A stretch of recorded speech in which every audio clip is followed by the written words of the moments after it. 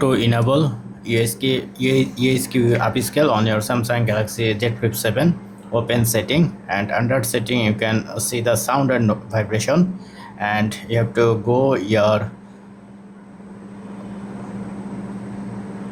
sound quality and effects, and then you can see the UHQ Upscale. So let's try to connect my earpod to my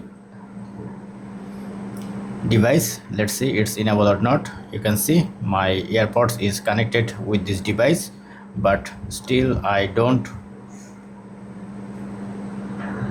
able to enable UHQ Upscale. So let's try with a headphone, and you can see it's not still available.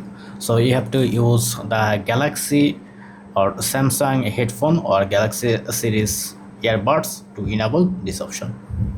That's it. Thank you. Don't forget to thumbs up. Have a good day.